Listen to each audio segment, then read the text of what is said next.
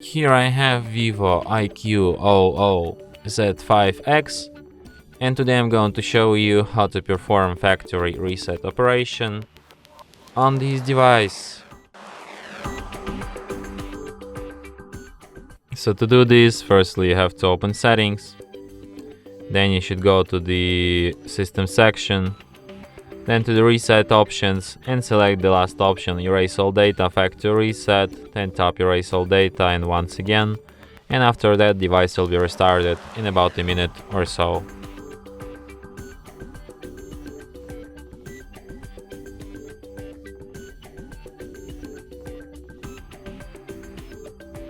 And that's it. Thanks for watching.